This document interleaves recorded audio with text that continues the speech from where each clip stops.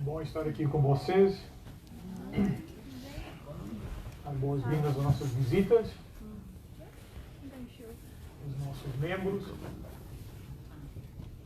Bem, visitas e membros é tudo, né? Ou é membro ou é visita, né? Já cobriu todas as... É bom estar na casa de Deus, né? Sabe? Quero os lembrar que hoje, às 5h30, temos a comissão da igreja. Então, aqueles que faz 5h30, né? Foi anunciado? Ou 5? 5h30. 5h30. Ou 5h30. Ou 17h30. Para não se enganarem no horário, né? Vamos ter nossa comissão da igreja. É sempre importante para nós podemos tomar decisões, que aqueles que podem vir, que venham, para que nós podemos cuidar da administração da nossa igreja. No dia 7 de março, vamos ter uma programação especial aqui. Vai ser o culto em conjunto. Vai vir o Dr. Barry Bussey, que é um advogado, que vai pregar em inglês. Ok? Ok. Está no Canadá aqui, né? Aonde que vai fazer, né? Ele vai pregar em inglês, ele vai vir um grupo de música também, vamos ter um almoço nesse dia. E ele, não sei se vocês conhecem o Dr. Barry Bussey, ele é, quem sabe, um dos experts mais respeitados no Canadá com respeito à liberdade religiosa. Muito interessante. Ele já se apresentou várias vezes na Corte Suprema do Canadá. Então ele vai ser o nosso convidado. A esposa dele tem um grupo de música que vão vir também. Então vamos planejar uma boa recepção para eles e um almoço nesse dia, no dia 7 de março. Ok? Nós estamos vendo se ele pode ficar à tarde para fazer uma programação sobre liberdade religiosa, para que as pessoas possam saber o que é que está acontecendo no Canadá em termos. Para aqueles que entendem inglês, se forem no meu website, l4ltv.com, eu entrevistei ele 2 semanas. E ele fala bem direto aquilo que está acontecendo em termos das nossas liberdades religiosas aqui no Canadá. É algo muito alarmante. E a grande maioria das pessoas não tem a mínima ideia do que está acontecendo.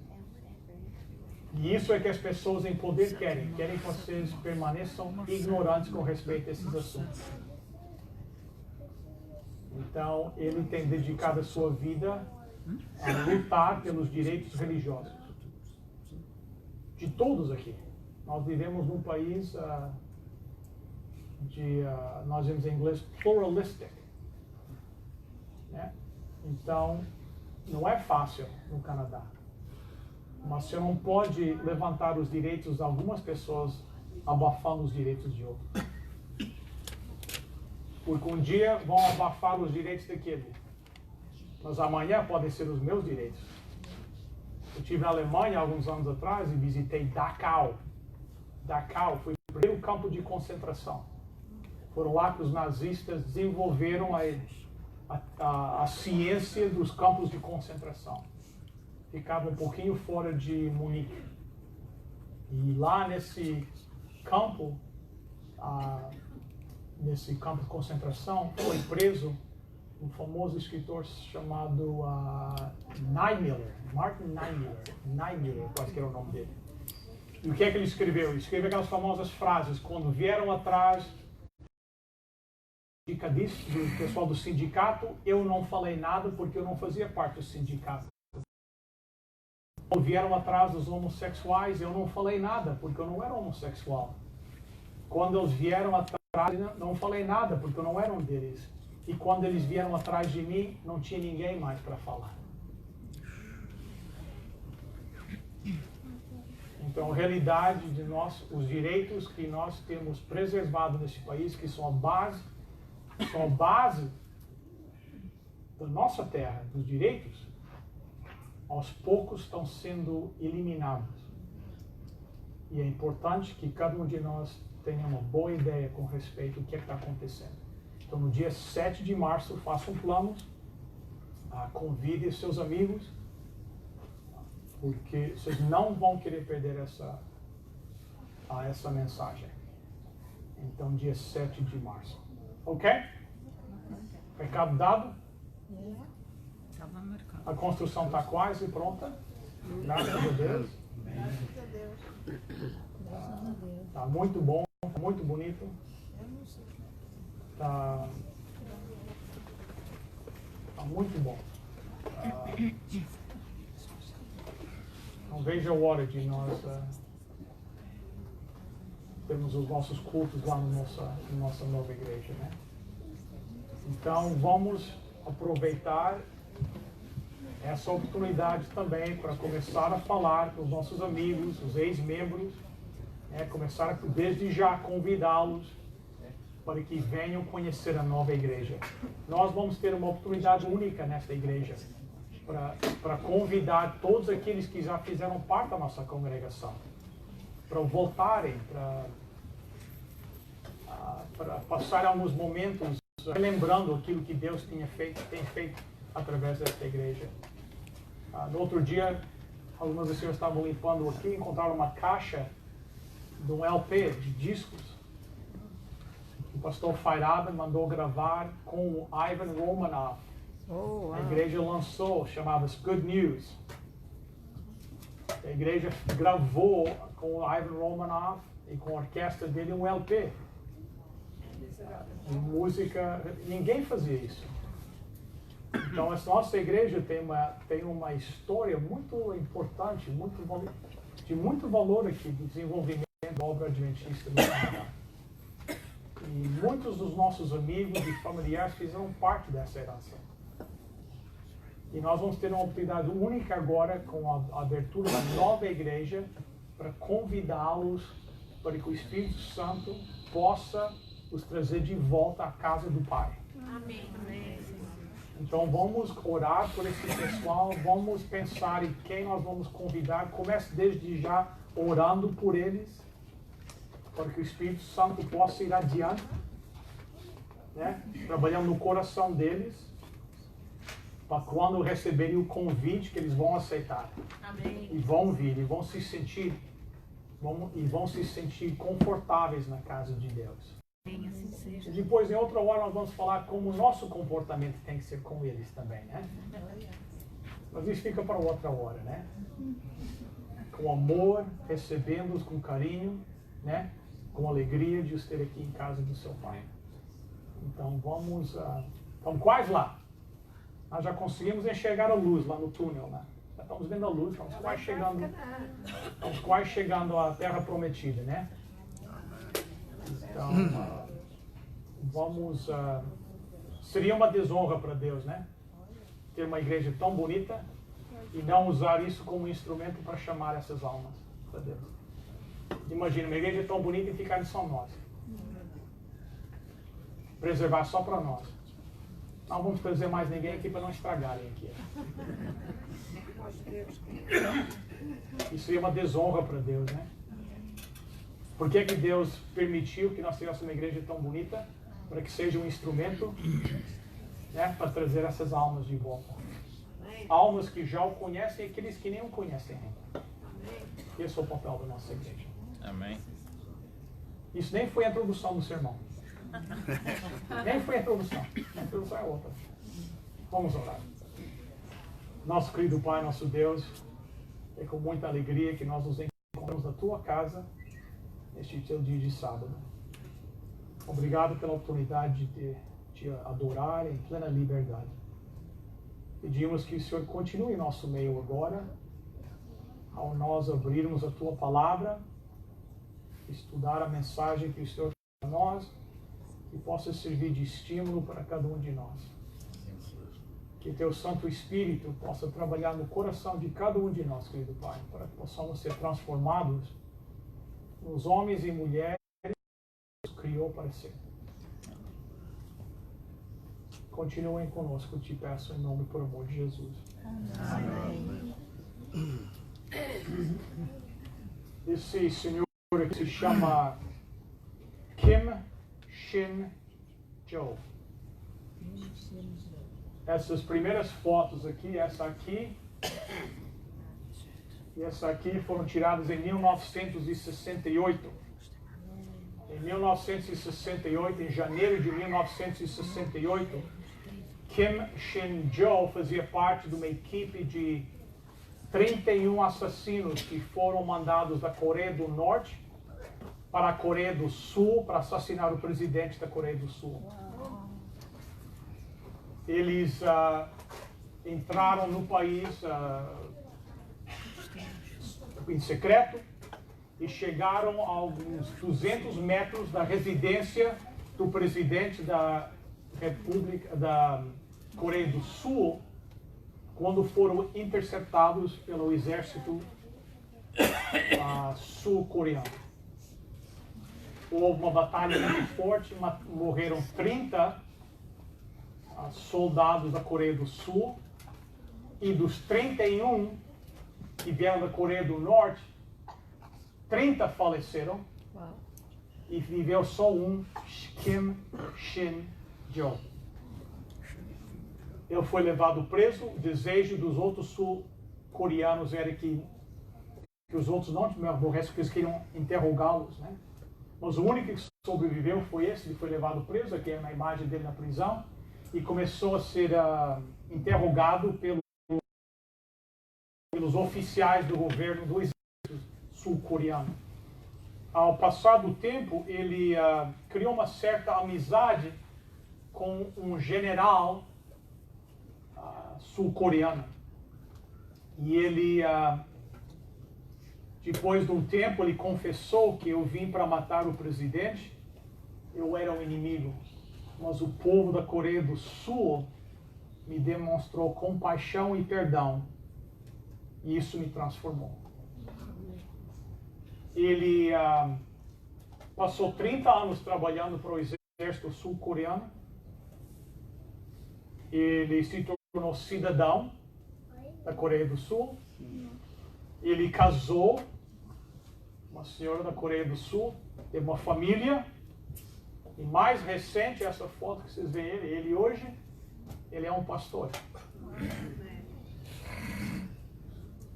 Ele disse: no dia que eu fui preso, Kim Shin-jo morreu. E eu renasci. Deus me deu uma segunda chance. Eu estou muito grato por isso. Às vezes nós esquecemos do poder maravilhoso de Deus de transformar as vidas das pessoas, né? A irmã White disse na lição que nós estudamos esta semana que não importa a altura que você chegou, Deus pode te derrubar. E não importa quão humilde você é, Deus pode te levantar. Amém, sim. Amém. Hoje eu gostaria de estudar com vocês a experiência de 3 homens que passaram por uma transformação milagrosa, extraordinária. 3 homens que se encontram em 3 situações diferentes, mas cada um passou pela maravilhosa graça de Deus e foi transformado. E eu acho que na experiência desses 3 homens, nós podemos aprender o que é necessário no desenvolvimento da nossa fé, para que nós possamos também viver vidas com propósito para o nosso Deus. Vamos ver o primeiro. Primeiro, vocês devem conhecer o nome dele é Isaías. Isaías capítulo 6, vamos começar no verso 1.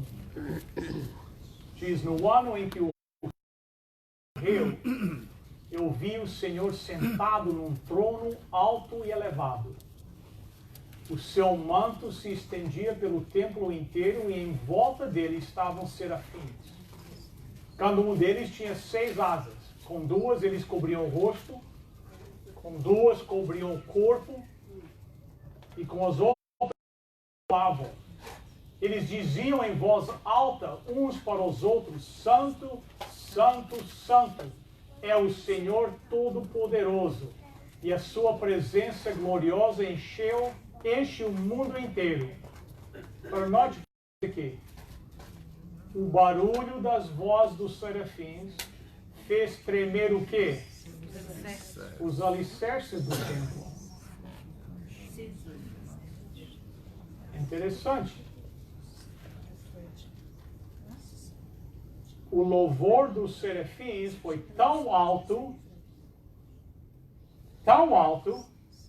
que fez com que o templo estremecesse. Imagine se o nosso louvor aqui fosse tão alto que o prédio começasse a se mexer. Alguns iam dizer que é o quê? Falta de reverência. Nós não vamos falar sobre a reverência hoje, um dia vamos falar. Mas em primeiro lugar da reverência de Deus está o coração humano. Amém, Senhor. Nosso coração. Nós podemos vir diante de Deus e ficar de boca calada, ficar silenciosos diante de Deus, mas Deus não aceita a nossa oração porque o nosso coração não está em condições para viver perante Deus. O barulho do louvor fez com que o prédio estremecesse. E foi ficando, o exército do templo, que foi ficando cheio de quê? De fumaça. Então eu disse, ai de mim, estou perdido, pois os meus lábios são impuros, e moro no meio de um povo que também tem lábios impuros. E com os meus próprios olhos eu vi o Rei, o Senhor Todo-Poderoso. Aí, um dos serafins voou para mim, segurando com uma tenaz uma brasa que havia tirado da onde? Do altar, e tocou a minha boca com a brasa e disse, agora que esta brasa tocou os teus lábios, as suas culpas estão tiradas e os seus pecados estão o quê? Perdoados. Em seguida, ouvi o Senhor dizer, quem é que eu vou enviar? Quem será o nosso mensageiro? Então respondi, aqui estou, envia-me a mim. Que textos maravilhosos. Guarde em mente esses textos, principalmente a frase onde Isaías disse, ai de mim, estou perdido. Ai de mim, estou perdido. Vamos ver outro episódio, desta vez no Novo Testamento. Bem cedo no ministério de Jesus, Jesus está pregando perto do lago, não sei como é que é em português, Genezaré. E a multidão está vindo e ele cada vez tem que se afastar mais para poder continuar a pregação. E ele olha para baixo e ele vê dois barcos. Os pescadores tinham deixado os barcos, estavam lavando as redes, estavam preparando as redes. E a Bíblia diz que Jesus entrou dentro de um dos barcos para que esse barco se tornasse uma plataforma flutuante, para que ele pudesse continuar a sua mensagem. Vamos ver Lucas capítulo 5, começando no verso 1. Diz, certo dia, Jesus estava na praia do lago da Galileia e a multidão se apertava à volta dele para ouvir a mensagem de Deus. Ele viu dois barcos no lago perto da praia. Os pescadores tinham saído deles e estavam lavando as redes. Jesus entrou num dos barcos. De quem? De Simão. E pediu que ele o afastasse um pouco da praia. Começou a ensinar a multidão. Quando acabou de falar, Jesus disse a Simão, leva o barco para um lugar onde o lago é bem fundo. Então você e os seus companheiros joguem as redes para pescar. Simão respondeu, mestre, nós trabalhamos a noite toda e não pescamos nada. Mas, já que o Senhor está mandando jogar as redes, eu vou obedecer. Quando eles jogaram as redes da água, pescaram tanto peixe que as redes estavam se arrebentando. Então fizeram um sinal para os companheiros que estavam no outro barco, a fim de que viessem ajudá-los. Eles foram e encheram os 2 barcos com tanto peixe, os barcos quase se afundaram. Quando Simão Pedro viu o que havia acontecido, ajoelhou-se diante de Jesus e disse, Senhor, afaste-se de mim, pois eu sou um pecador.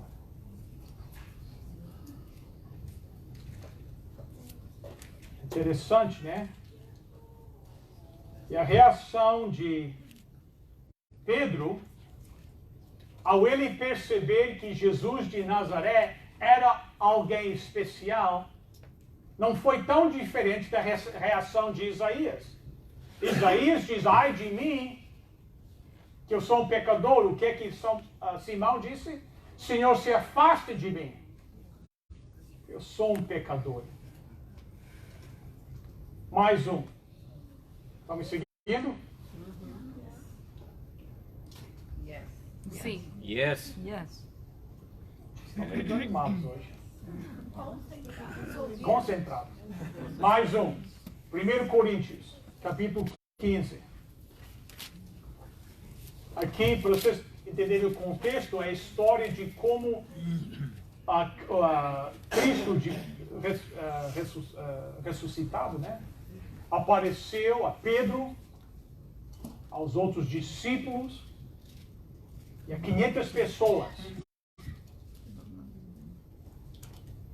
Paulo, aqui está escrevendo 1 Coríntios capítulo 15, deixa eu só abrir um parênteses, agora me lembrou agora de 1 Coríntios. Nas quartas-feiras à noite, nós estamos estudando o livro Atos dos Apóstolos, irmão White. Eu acho que nós não estamos no capítulo 30. Fizemos o 30. Vamos ser o 31 agora na quarta-feira. E tem sido uma bênção a nós lermos e melhor entendermos os esforços, o trabalho daquela igreja e, quem sabe, principalmente Paulo, né? Ao liderar aquela obra que deu a nascer o que nós temos hoje. Então, quarta-feira, 7 horas começam os hinos, 7h30 começa o culto e nós acabamos às 8h30. Se vier, traga consigo o livro Atos de Apóstolos, leia o capítulo 31, que na quarta-feira vamos comentar sobre o capítulo 31.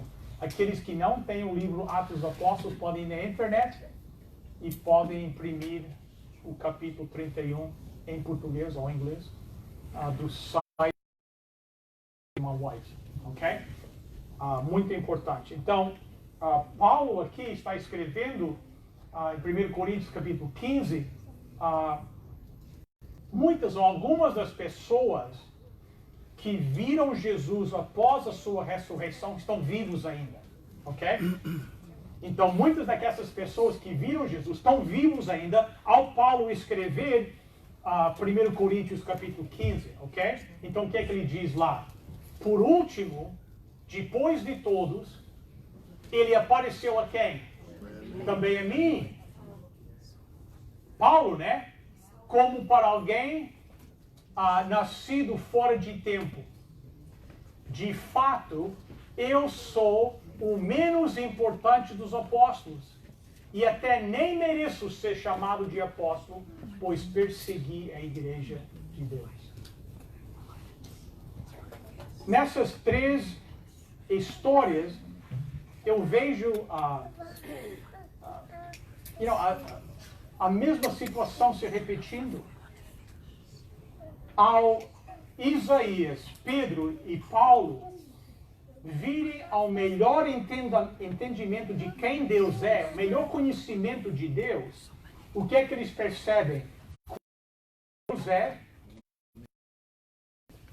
em quão insignificantes eles são. Então, na experiência desses três homens, nós vemos três fases no desenvolvimento. Eu gostaria de destacar essas três fases para nós, para que nós possamos, seguindo esses passos, também ter vidas que estão preenchendo o propósito pelas qual Deus nos colocou. Primeiro, eles são conscientizados da sua pecaminosidade.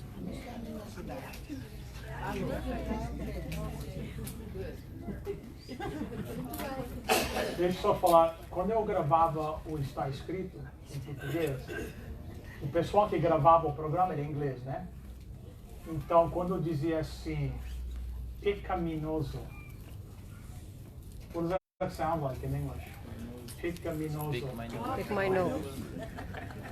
Aí eu escutava eles falando entre os outros, eles, por que ele está dizendo pick my nose? Pecaminoso. Pick my nose é pôr o dedo no nariz. Por que ele está falando pôr o dedo no nariz? Então, primeiro, o que é que acontece? Eles contemplam a Deus, eles reconhecem como eles são pecadores. Segundo, eles passam pela graça de Deus. E em terceiro lugar, eles são chamados para um grande ministério.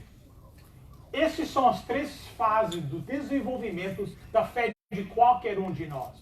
Então vamos passar um por um. Pode ser?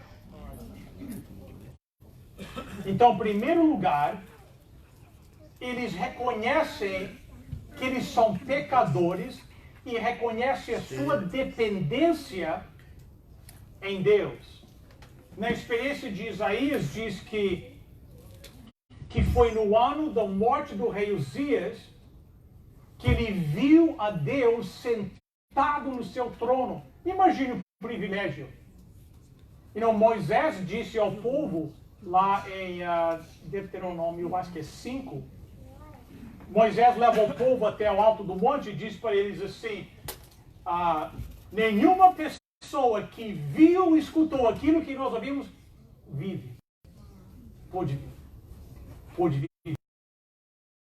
Isaías vê Deus no seu trono. Ele reconhece que é Deus. Ele vê essa imagem majestosa de Deus. Mas imediatamente, ao ele contemplar aquela cena, imediatamente sai da boca dele, ai de mim. Ai de mim. Porque ao ele vir um conhecimento de quem Deus, como é que Deus o vê a ele? Isaías era um homem bom, um homem justo, mas ao ele contemplar a Deus, ele percebeu que a sua própria justiça era nada. Eram o quê? Trapos de quê? Que não tinham valor. A justiça dele tinha valor ao ele caminhar pelo mundo na frente das outras pessoas, mas em termos de seu relacionamento com Deus, ele não tinha valor nenhum. Pedro chegou exatamente à mesma conclusão. Pedro até que tinha uma vida mais ou menos, nós sabemos que ele tinha um barco de pesca, ele quem sabe tinha uma pequena empresa, empregados, tinha uma família, saúde. O que ele mais esperava da vida? O que ele mais precisava em termos humanos? Um dia, ele via conhecer Jesus de Nazaré. Quem Jesus de Nazaré? Que Jesus, quem ele estava começando a conhecer, ia pedir para emprestar o seu barco, para usar o barco dele, como uma plataforma para que ele pudesse continuar a pregar para o povo, a ensinar o povo. E ao Jesus acabar o sermão, ele vira para Pedro e diz: leva o barco agora para o parte mais fundo aqui do lago e lança a tua rede. E o que Pedro disse? Senhor, nós trabalhamos a noite inteira e não pescamos nada. Mas, como o Senhor pediu, vamos te fazer as vontades. E ao eles lançarem a rede, o que aconteceu? Tanto o peixe que a rede estava se estourando, estava arrebentando a rede. E eles fazem sinal para vir e os outros, eles vêm com o barco, e é tanto peixe no barco deles e no barco dos outros que os dois barcos quase se afundaram com tanto peixe. E imediatamente o que Pedro percebe? Existe algo diferente, especial com respeito a esse homem aqui. Esse professor aqui é diferente. E o que ele diz imediatamente? Senhor, o que? Afaste-se de mim, por quê? Porque eu sou um pecador. Praticamente a mesma declaração de Isaías, não é? Conhecer quem Deus é, quem Jesus é, ele ficou bem claro quem ele é. E ele era um pecador miserável. Vamos ver a terceira situação com o apóstolo Paulo. O que aconteceu lá com Paulo? A mesma coisa. Mesma coisa que aconteceu com Isaías e que aconteceu com Pedro. Paulo, aquele perseguidor da igreja cristã, ao caminho naquela estrada de Damasco, o Espírito Santo decide naquela hora revelar a Paulo, Saulo, quem Jesus realmente era. Saulo conhecia a respeito de Jesus. Nós sabemos isso. Nós sabemos que Saulo sabia o que Jesus ensinava, quais eram as doutrinas, os ensinamentos. Nós sabemos que ele sabia o que os seguidores de Jesus acreditavam. É por isso que ele está os perseguindo. Porque ele vê entre aquilo que Jesus ensinava e os ensinamentos dos fariseus um conflito. Que o que Jesus ensinava era heresia. E por isso ele está perseguindo a igreja. Mas naquela o Santo revela para Saulo quem Jesus é. Ele tira todo o preconceito, tudo aquilo que o diabo tinha colocado na vida dele, para que não enxergasse quem Jesus era. Essa foi a oportunidade dele. Nós não sabemos se ele teria outra oportunidade, mas ele teve aquela oportunidade. E naquela hora, quando ele percebe quem Jesus é, realmente, ele reconhece que ele não é ninguém. Se você quer saber o que ele pensou, que a conversão de Paulo está relatado em Atos capítulo 9, eu acho que é. Mas lá você tem apenas aquilo que aconteceu no exterior, aquilo que foi observado. Não fala nada com respeito aos pensamentos de Paulo. Por isso você tem que ir a Filipenses capítulo 3. Em Filipenses capítulo 3, ele escreve o que ele estava pensando quando ele encontrou Jesus. Em Atos capítulo 9. Ele diz lá que todas as coisas que ele tinha na sua vida, que ele achava ter tanto valor, ele reconheceu que eram estrume em comparação a Jesus Cristo. Escrevendo aos Coríntios, ele disse assim: eu sou o último dos apóstolos, nem mereço ser chamado apóstolo, porque eu persegui a igreja. Aqueles que têm estudado conosco nas quartas-feiras à noite, nós lemos que a irmã White fala, né? Um sentido de culpa por não ter feito nada para preservar a vida de Stefan, quando Stefan foi apedrejado. E quando Paulo foi apedrejado, o que ele pensou? Pensou em Stephen e pensou assim, agora eu vou pagar porque aquilo que eu não fiz naquela hora, mas Deus foi misericordioso com ele. É a mesma mente, é a mesma condição de coração. Esses três homens veem o conhecimento de quem Deus é e imediatamente eles se tornam não mais arrogantes, mas mais humildes.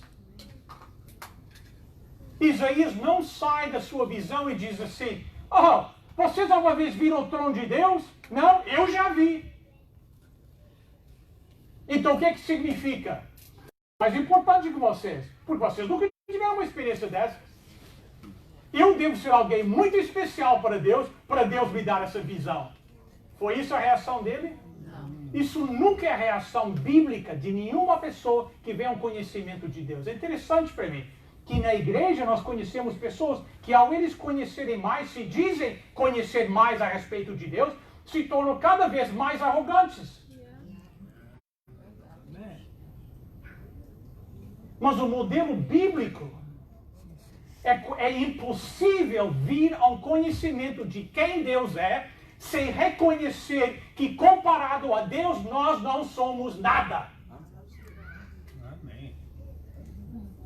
E nós temos uma dependência total em nosso Deus.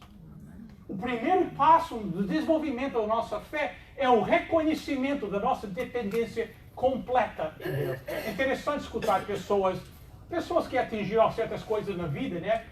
Dinheiro, etc., certo sucesso, conversar, falar sobre isso. Para mim, eu acho nojento, para ser sincero. Me dá uma angústia. Escutar eles falarem, porque eu.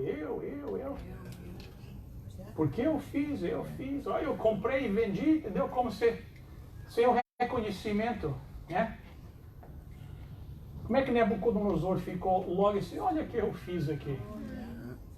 Sem o reconhecimento que sem Deus nenhum de nós tinha saído da cama hoje.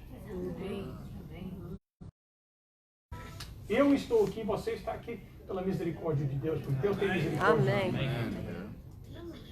Uma dependência total em Deus. Completa. Primeiro passo no desenvolvimento é contemplar quão grande é Deus, revelado em Jesus Cristo, e ficar ciente da nossa necessidade de Deus, a nossa dependência. Qual que você acha que é a maior dificuldade que nós temos na América do Norte? Aqui, na proclamação do Evangelho. O maior problema que nós temos aqui, muitos de vocês vieram aqui para esse país porque acham aqui a terra prometida. E de certa forma é a terra prometida. Nós temos segurança, trabalho. Para aqueles que trabalham, pode ter uma vida boa aqui.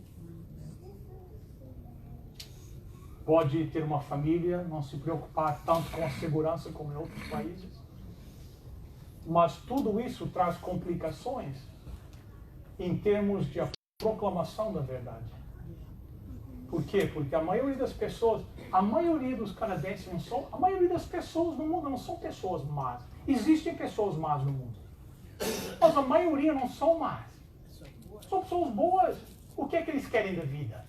Saúde, ganhar um pouquinho de dinheiro para poder de vez em quando tirar umas férias, ter o suficiente para comer, um lugar para deitar a cabeça, algum dinheiro para uma roupa.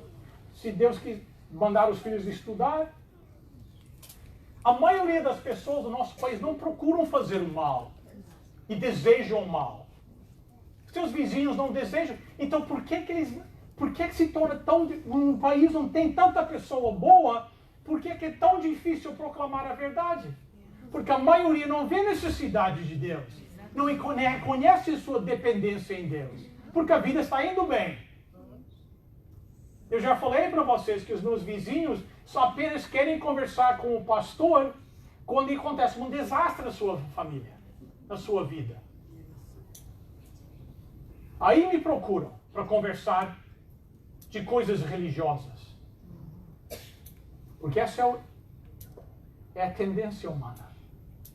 Então, o primeiro passo no desenvolvimento da fé é vir ao reconhecimento de nós somos completamente dependentes de Deus. Amém. E que nós somos pecadores. E sem Deus, nós não somos nada. Segundo passo, depois deles receberem essa visão de quem Deus é, eles não somente reconhecem quão grande Deus é, mas eles passam pela experiência da graça de Deus.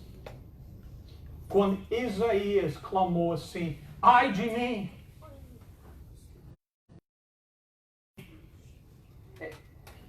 Esses versículos, para mim, eu refleti a semana inteira sobre esses versículos. Que maravilhosa cena! Uau! Imediatamente ele diz, ai de mim! Eu sou um homem de lábios impuros, ainda vivo no meio de um povo de lábios impuros. Ai de mim! E o que é que a Bíblia diz? Imediatamente o serafim pega uma tenaz e pega o quê? Uma brasa do altar e toca a brasa nos lábios. Essa brasa nos teus lábios, todos os teus pecados foram perdoados.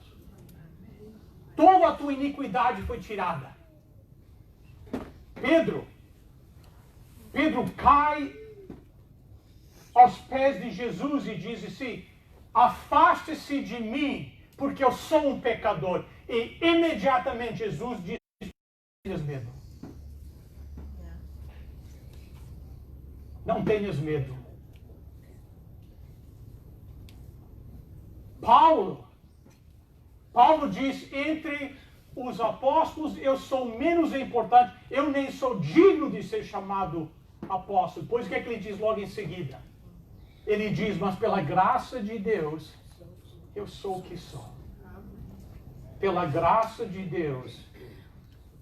Esses três homens, ao contemplarem a santidade de Deus e reconhecerem quão grande Deus é e quão pequenos eles são, eles passaram a ver o conhecimento da graça de Deus e tiveram seus pecados perdoados. Se nós vamos ter esse tipo de fé, nós temos que saber que Deus é todo-poderoso, que nós somos completamente dependentes dele, mas nós precisamos de reconhecer também e saber que pela graça de nosso Deus, os meus pecados são perdoados. Amém.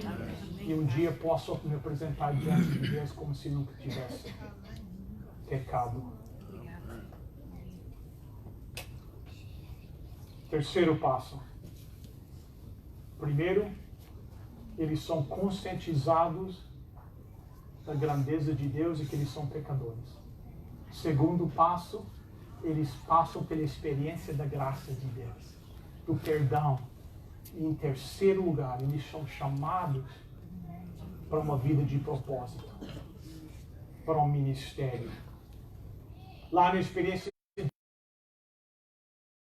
quem é que vai ser o meu mensageiro?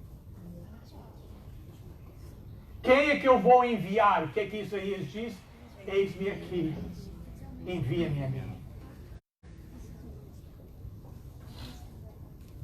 Pedro, tremendo aos pés de Jesus, dizendo, afaste-se de mim, porque eu sou pecador. Jesus disse, não tenhas medo, Pedro, eu te farei um pescador de homens.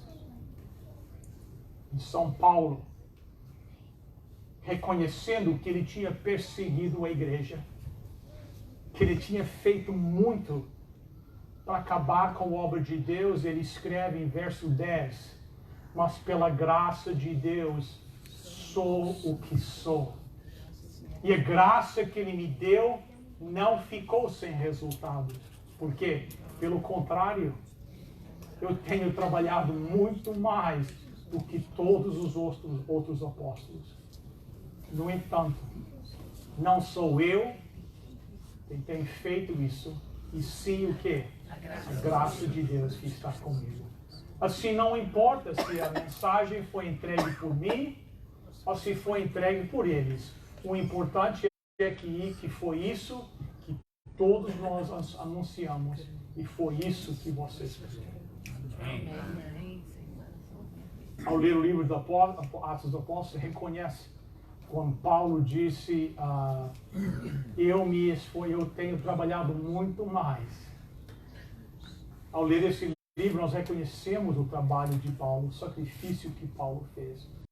Mas vejam, eles todos passaram pela a mesma fase. Reconhecem a dependência de Deus, que eles são pecadores, passam pela experiência do perdão e cada um se compromete a uma vida de propósito no ministério para ganhar almas para Deus. Amém.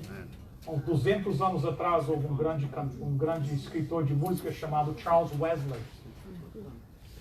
Ele escreveu 6.500 hinos. Muitos desses hinos são cantados ainda hoje.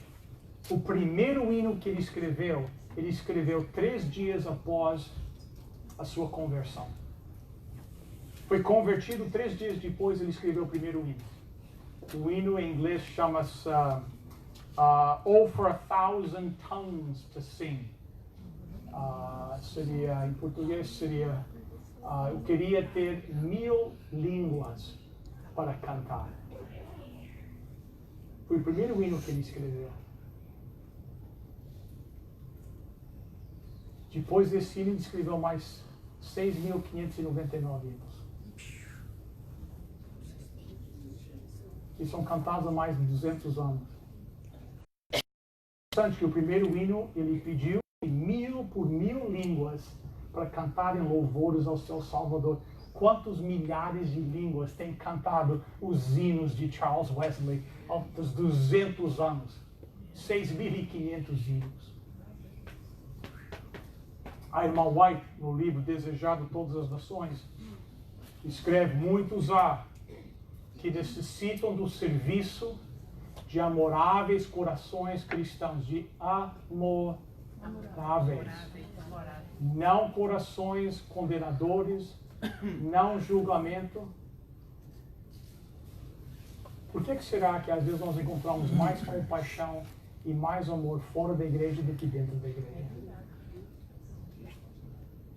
Por que às vezes nós encontramos mais julgamento dentro da igreja do que fora da igreja?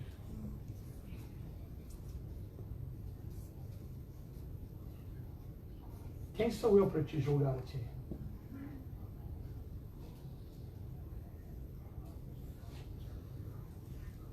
O resultado do verdadeiro relacionamento com Deus e um conhecimento de Deus, a resposta imediata do coração que vem a conhecer a Deus é: ai de mim.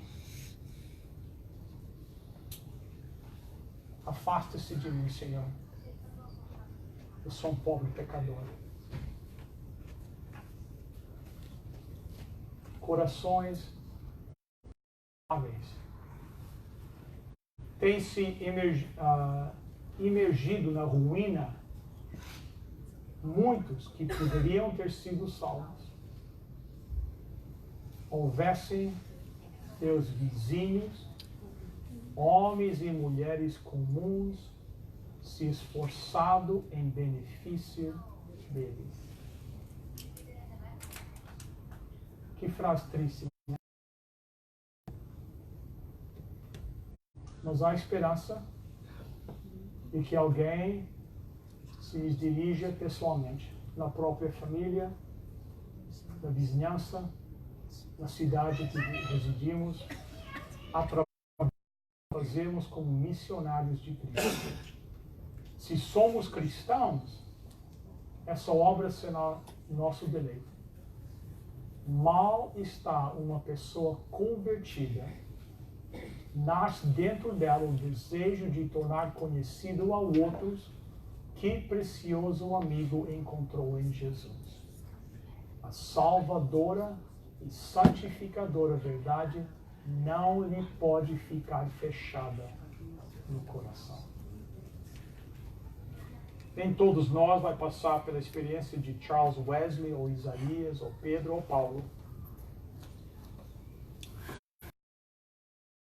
Passar pela transformação que Deus está oferecendo. Como? Primeiro, reconhecer a nossa dependência em Deus e como somos pecadores. Número 2, passar pela experiência da graça de Deus, sabendo que Ele é fiel e justo para fazer o quê? De todos os pecados. E em terceiro lugar, nós precisamos uma direção na nossa vida. Precisamos um guia na nossa vida. Precisamos entregar as nossas vidas para que eles possam ser uma imitação da vida de Jesus Cristo. E quando nós fizermos isso, e só quando fizermos isso, é que nós vamos ser os filhos de Deus que Deus nos criou para ser. Que Deus possa nos abençoar e ter misericórdia de cada um de nós. Amém. Ai de mim. Afaste-se de mim, Senhor, porque eu sou um pobre pecador, mas pela graça de Deus, Deus lida comigo e com você como se nunca tivéssemos pecado, pela graça de nosso Deus. Amém. Amém.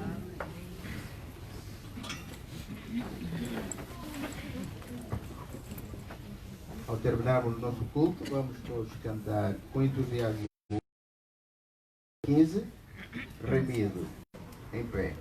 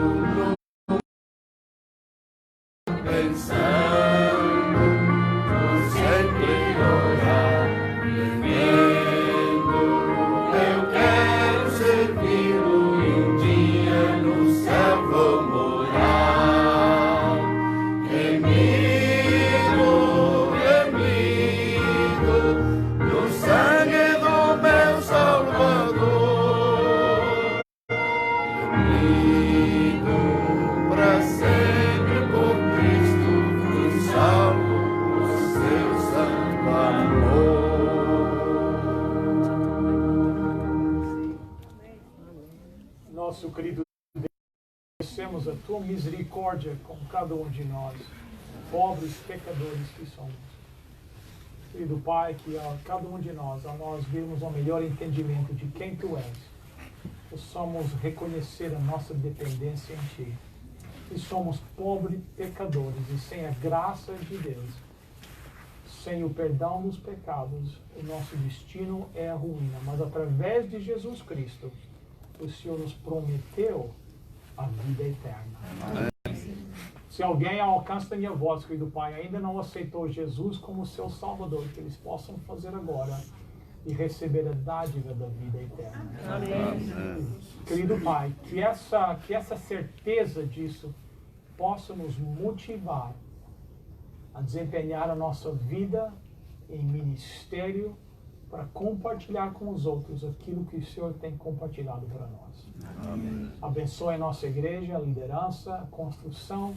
Este lugar seja um lugar onde a verdade é proclamada, onde o amor de Deus é tido e onde almas são transformadas para a glória de nosso Deus. Amém. Continua conosco no restante deste sábado, é que nós te agradecemos e pedimos, em nome e por amor de Jesus. Depois desta mensagem maravilhosa, vamos cantar juntos em paz eu vou, enquanto esperamos a saída com as nossas diaconisas.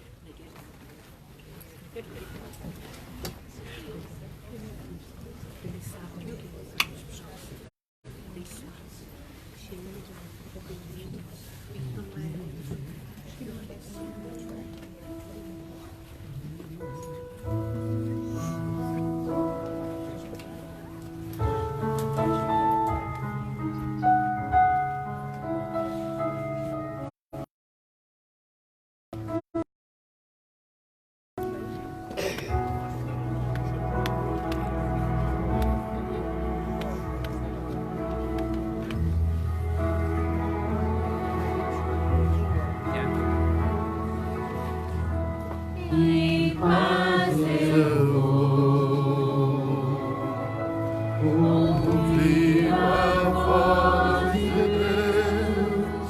Em paz eu vou, estou feliz, achei abrigo em sua casa. Em paz estou.